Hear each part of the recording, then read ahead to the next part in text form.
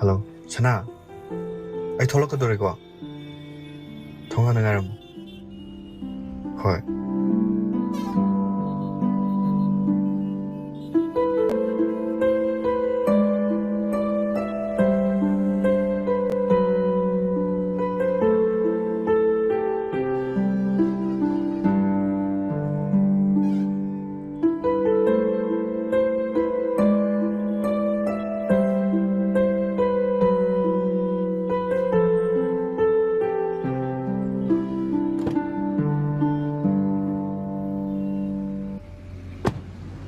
그저께 무절로 기기고 난 이 털을 쭉 보고디 버전을 내려먹어 내려온게 그래 무절로 기기고 나도 콜레상을 거고 헐